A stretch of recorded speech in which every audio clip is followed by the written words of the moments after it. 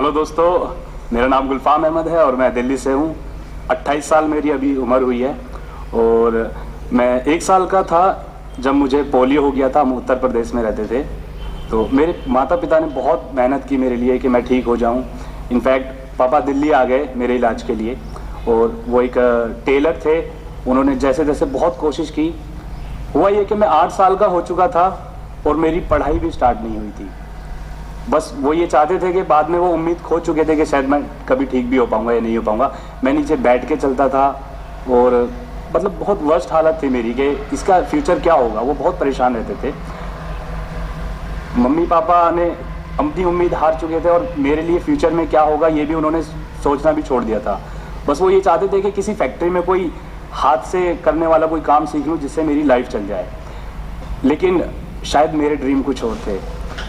मैं कुछ आर्टिस्ट या हीरो बनना चाहता था कि क्योंकि मुझे ऐसा लगता था कि मैं अपने नाम से ना जाना चाहूँ, अपने किसी काम से या किसी टाइटल से जाना चाहूँ। तो ऊपर वाला सुनता है आपकी। होता ये था कि मैं वैसे तो गंदे कपड़ों में गली में कंचे खेलता रहता था, लेकिन मेरी लाइफ के उस टाइम पे 30 मिनट बड़े खूबसूरत हुआ करते थे। वो थे मेरे गली के बाहर एक छोटा सा प्राइवेट स्कूल था।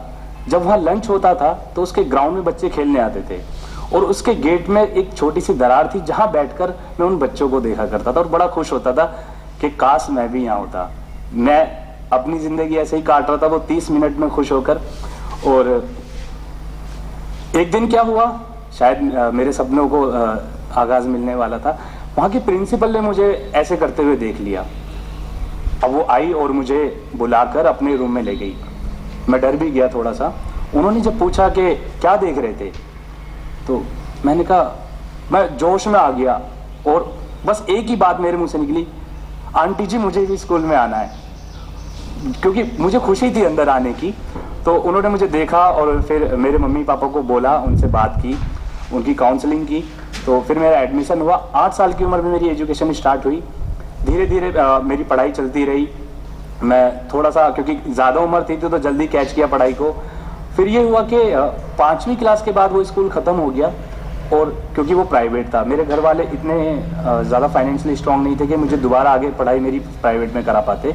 तो मुझे एक गवर्नमेंट स्कूल में जाना था जो कि शायद घर से थोड़ा दूर था, 1-2 किलोमीटर। और जब मेरा वहाँ एडमिशन हो गया तो कुछ दिन तो मेरे भाई ने मुझे स्कूल लाना ले जाना किया साइकिल पे। लेकिन एक दिन क्या था, मुझे अकेले ही जाना था क्योंकि उसको फैक्ट्री से छुट्टी नहीं मिलती थी। तो मैं उस टाइम पे नीचे बैठ के चलता था, मतलब मैं एक कुत्ते की तरह बैठ के चलता था। और मुझे उस टाइम पे कोई फिक्र नहीं थी दुनिया की। लेकिन वो समाज मुझे बहुत कैसी नज़रों से देखता था मुझे नहीं पता। लेकिन जब मैं एक दिन खुद में स्कूल गया तो बीच में एक चौराहा पड़ा, मैंने पीछे बैग टांगा हुआ था। और हुआ क्या कि कुछ वहाँ के जंगली गली के कुछ जो डॉगी थे वो मेरी तरफ भागते हुए आए और वो डर गए थे शायद मेरे को ऐसे चलते हुए देखकर और मेरे ऊपर झपट गए।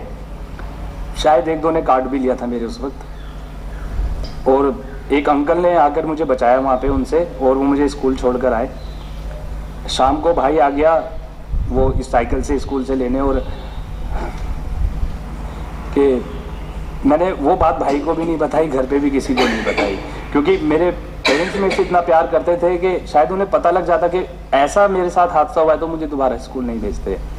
अब ये फाइट मुझे खुद ही लड़नी थी शायद। उस टाइम पे स्कूल में बिस्कुट के पैकेट मिला करते थे, तो उस दिन मैं, क्योंकि चोट भी लगी थी, जख्म दर्द भी था, और मैंने वो बिस्कुट नहीं खाए, रख लिए। अगले दिन जब मैं स्कूल के लिए निकला तो एक अजीब सी फीलिंग थी कि अब कुछ करना तो है, क्योंकि ये रास्ता मुझे डेली पार करना है। मैं जब वहाँ उस मोड़ पे जब मैं पहुँचा, मैं जाके बैठ गया। जैसे ही वो कुत्ते सूंघते हुए मेरी तरफ आए, वो झपटे थे, लेकिन जब मैं बैठ गया, भागा नहीं, तो वो मुझे सूंघने लगे। मैं डरता था जानवरों से बहुत ज़्यादा। मैंने डरते हुए वो बिस्कुट के पैकेट निकाले और उनको दे दिए, और उन्होंने क्योंकि वो जानवर तो प्यार का भूखा होता है, उन्होंने बिस्कुट खाए, वो शायद मेरे दोस्त बन गए। फिर धीरे धीरे वो मुझे पूंछ हिला के प्यार करने लगे। फिर मैं स्कूल जाने लगा। इस तरह मेरी लाइफ चलती रही। मैंने एक पड़ाव पार कर लिया था, समझदारी शायद ऐसा लगा था कि मैं हो गया था। फिर धीरे धीरे मैं 8th क्लास में आया तो मैं सलमान खान जी का बहुत फ़ैन था, तो मैंने जिम ज्वाइन किया। मेरी बहुत अच्छी मसल्स बन गई। अब अब डिसेबल होने के बाद आपने जिम कर लिया, आपकी बॉडी बन गई, लेकिन कोई प्लेटफॉर्म नहीं था अभी तक, बस स्कूल एजुकेशन यही लाइफ थी। माता पिता ने बहुत सपोर्ट किया मेरी एजुकेशन में, मेरे जो जिम था उसमें भी उन्होंने मुझे मना नहीं किया कि तुझे अच्छा लगता है तू कर। एक दिन मेरी मुलाकात एक प्रोग्राम में डॉक्टर धवन सर से हुई, जो कि द्रोणाचार्य अवॉर्डी हैं और इंडिया के इंटरनेशनल कोच भी रहे। उन्होंने मुझे बताया कि मेरी मसल्स देख के बताया कि एक पैरालंपिक गेम्स भी कुछ होते हैं। तो मैंने उनके पास प्रैक्टिस की। 2008 में जब मैं 11वीं क्लास में था तो मैंने ट्रायल दिया और मेरा सिलेक्शन हो गया। मैं नेशनल के लिए सेलेक्ट हो चुका था। जब मैंने ये बात घर पे बताई तो घर वाले घबरा गए थोड़ा सा कि कैसे बाहर जाएगा। नागपुर में वो इवेंट होने वाला था और मैंने उनको बताया, लेकिन उनके मना करने के बावजूद भी मैं रुका नहीं। और अगले दिन जब मुझे निकला तो मैं स्कूल के लिए था, लेकिन मैं पहुंच गया रेलवे स्टेशन। बस स्कूल से निकलते वक्त ये था कि मेरे बस्ते में किताबों की जगह मेरा चैंपियनशिप कॉस्ट्यूम था और कुछ कपड़े थे। हम लोग वहाँ, मैं गया, मेरा ब्राउन्ज मेडल वहाँ पर आया। तो वो मेरे लिए बहुत बड़ी प्राउड की बात थी कि मैंने ब्राउन्ज मेडल जीता पहली बार नेशनल चैंपियनशिप में। मैंने घर पे फ़ोन करके बताया तो घर वाले को वो मेरे से बहुत खुश हुए, लेकिन वो चिंता भी थे कि मैं अकेले की जाके ये सब कैसे कर लिया। उन्होंने कहा बस तू बेटा घर पे आ जा, हमें तू चाहिए, ये सब चीज़ें तो ठीक है। इस तरह मेरी स्पोर्ट्स की लाइफ स्टार्ट हुई और मेरे नाम के साथ एक नेशनल पैरा पावर लिफ्टर जुड़ चुका था, जो कि मैं बचपन से सोचता था कि मेरे नाम के आगे कोई टाइटल लगे। तो वो बड़ी अचीवमेंट थी। यहाँ से शुरुआत हुई, लगातार 2012 तक मैं स्टेट नेशनल में गोल्ड मेडल जीतता गया। कोई मुझे रोक ही नहीं पाया, ना घर वालों ने बहुत सपोर्ट किया और मेरी विल पावर ने मुझे बहुत बढ़ाया आगे। फिर ये हुआ कि 2010 में, इस बीच 2010 में पिताजी को आई विज़न लॉस हो गया। वो एक छोटी सी फैक्ट्री चलाते थे और आई विज़न लॉस होने की वजह से उनको एकदम से घर बैठना पड़ा। मैं उस टाइम पे एजुकेशन में था, पढ़ाई कर रहा था। अब मुझे पढ़ाई छोड़नी पड़ी, पापा जी की एज ज़्यादा हो गई थी और मुझे जॉब फाइंड करनी पड़ी। मैंने बहुत सारे इंटरव्यू दिए। मैंने उस टाइम पे एजुकेशन में कंप्यूटर ऑपरेटिंग प्रोग्रामिंग असिस्टेंट एक कोर्स भी कर लिया था ITI से, लेकिन मुझे किसी ने जॉब नहीं दी। मैं जहाँ भी जाता था तो आप हमारे सेकंड फ्लोर पे, हमारे नॉर्मल वॉशरूम है, आप कैसे आओगे, ऐसे एक्सक्यूज़ दे के मना कर दिया जाता था। बट मैं हिम्मत नहीं आ रहा, मैं लगातार लगा रहा और मैंने कंप्लीट 45 मैंने इंटरव्यू दिए। तब जाके मुझे एक BPO ने एक छोटी सी जॉब दी एज ए टेलीकॉलर। वहाँ से मैंने जॉब स्टार्ट की। 2 साल बहुत मेहनत से जॉब की और 3 प्रमोशन के साथ एक सेल्स मैनेजर बन गया मैं वहाँ पे। तो वहाँ भी मैंने अपने आप को प्रूव करके दिखाया। फैमिली एकदम स्मूथ हो गई थी। अब लाइफ में जब आपकी लाइफ स्मूथ चले ना, तो आप समझ लो कि कुछ आपको या तो चेंज करना है या फिर आपकी लाइफ ना एकदम बद्दी होती जा रही है। तो मुझे वो फील हो रहा था कि मेरी लाइफ अब बद्दी हो रही है, क्योंकि मैं वही नीचे बैठ के ऑफिस जाना और शाम को आके जिम जाना, फिर एक मेडल जीत लेना, मैं उसमें संतुष्ट नहीं हो रहा था। मेरी एक दोस्त ने मुझे सजेशन किया कि गुलफाम तुम अपने सर्जरी कराओ, शायद तुम खड़े होके चल सकते हो। तो मैंने घर पे बात की, सब लोगों ने मना किया, सिर्फ मेरी माँ ने कहा कि बेटा तुझे जो ठीक लगता है तू वो कर।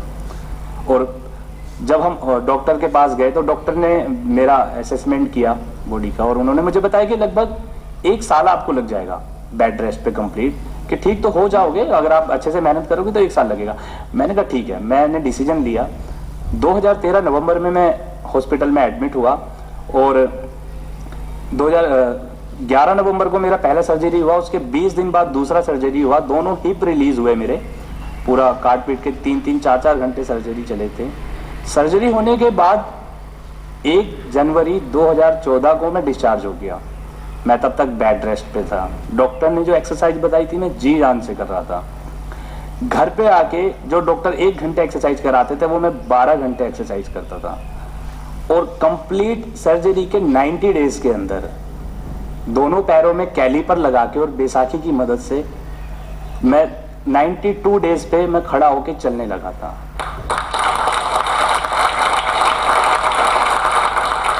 मेरे फैमिली के लिए, पूरे सोसाइटी के लिए बहुत बड़ा मैं एक मोटिवेटर हो गया था उनके लिए कि ये गुलफाम ने क्या कर दिखाया। मैं ऑफिस गया, लोगों ने मुझे पहचानना छोड़ दिया था। मैं मॉर्निंग विश करता, वो ऐसे ही चले जाते तो मैं उन्हें रोकता था, यार मैं गुलफाम हूँ। तो वो देख के अरे गुलफाम ये तूने क्या कर दिया। मैं डॉक्टर के पास गया तो डॉक्टर भी शौक थे। जब मैं उनको मिठाई खिलाने गया अपने पैरों पे खड़ा होकर तो उन्होंने पूरी टीम को बुलाया और बताया कि देखो ये मेरी गल है, ये इसने प्रूव करके दिखाया।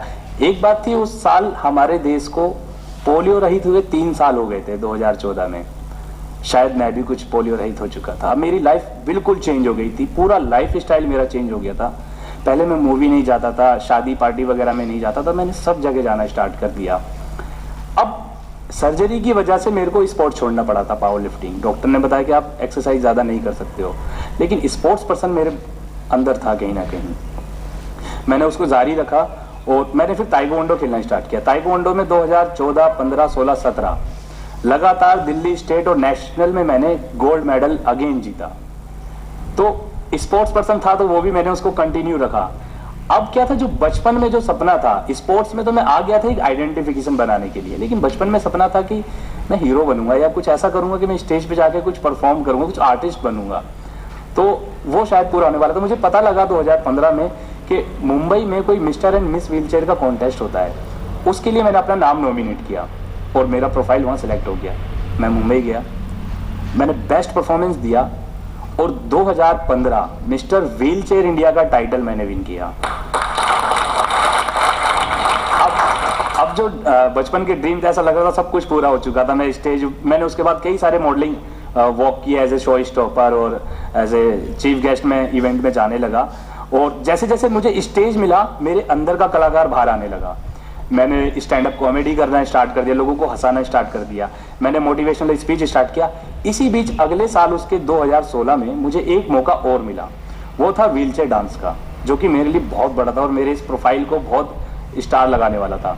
हुआ ये कि 2016 में भोपाल में एक समर्थ्य प्रोग्राम हुआ, जहाँ पे पूरे विश्व के इंटरनेशनल दिव्यांग आर्टिस्ट आने वाले थे, यानी कि सभी डिफरेंटली एबल्ड आर्टिस्ट थे, जिसमें हमारे डॉक्टर सुधा चंद्रन जी ने भी उस स्टेज पे परफॉर्म किया। तो VR1 डांस ग्रुप के साथ मैंने डांस की प्रैक्टिस की मात्र 2 महीने में, और उस स्टेज पे सेम सुधा चंद्रन जी वाले स्टेज पे उनके साथ मैंने एक आर्टिस्ट की तरह परफॉर्म किया। तो ये भी बहुत बड़ी बात थी मेरे लिए। दोस्तों, एक चीज मैं ये कहना चाहता हूं कि आप जब कुछ भी सोचते हो, आपकी लाइफ में कोई भी बचपन में कोई सपना होता है या आपने बड़े होके वो देखा है, अब ये मत सोचो कि वो हो नहीं पाएगा। आप कुछ अच्छा करने लग जाओ, पॉजिटिविटी की तरफ जीना स्टार्ट कर दो। होता क्या है कि आपको कहां से किस चीज का रास्ता मिलता है आपको भी नहीं पता होता, क्योंकि हम ये सोचते हैं कि यार मैं अगर ये सोच लेता कि मैं स्पोर्ट्स पर्सन हो गया हूं तो अब मैं शायद एशिया या ओलंपिक में जाऊं। स्पोर्ट्स पर्सन मैं आज भी हूं, मैं अभी भी व्हीलचेयर रेस की तैयारी कर रहा हूं अगले ओलंपिक 2020 के लिए। लेकिन इसके साथ साथ जो मेरा बचपन का एक ड्रीम था, शायद मैंने बचपन में ही देखा था, उतना समझदार नहीं था, लेकिन वो भी मैं कहीं ना कहीं उस पे, अब मैं उस ट्रैक पे आ चुका हूं। तो आज अगर देखा जाए तो मेरे नाम के साथ mister wheelchair India, national para athlete, stand up comedian, motivational speaker, ये 5 टाइटल लेकर मैं जी रहा हूं, जो कि मैं सिर्फ एक टाइटल चाहता था बचपन में। तो ये मेरे लिए बहुत बड़ी बात है। और एक चीज है जो मैं आप सब लोगों को मैसेज देना चाहता हूं, हमारी सोसाइटी को, कि अक्सर ये होता है कि जब भी हम किसी दिव्यांग या डिसेबल्ड लोग को किसी लाइफ के किसी भी इंसिडेंट में गिरते हुए देखते हैं, तो हम जाते हैं, उसको सपोर्ट करते हैं, उसको एजुकेशन हो, बिजनेस हो या किसी भी चीज में, और उसको बोलते हैं कि यार नहीं यार तू ये मत कर, तेरे को मैं करूंगा। फैमिली होती है तो कहती है तुझे हम सपोर्ट करेंगे, तो कुछ मत कर, तू आराम से बैठ, तू परेशान मत हो। तो सॉरी बॉस, प्लीज ये कभी मत करना अपनी लाइफ में, क्योंकि एक डिसेबल्ड पर्सन जब गिरता है ना तो उठ तो वो अपने आप जाएगा, लेकिन बहुत जब वो चल पड़ेगा ना उसको कोई नहीं रोक पाएगा, वो कुछ ना कुछ जरूर अचीव कर जाएगा। Thank you so much. इस वीडियो के बारे में अपनी राय नीचे कमेंट सेक्शन में हमें बताएं और अपने दोस्तों के साथ ये वीडियो शेयर करें।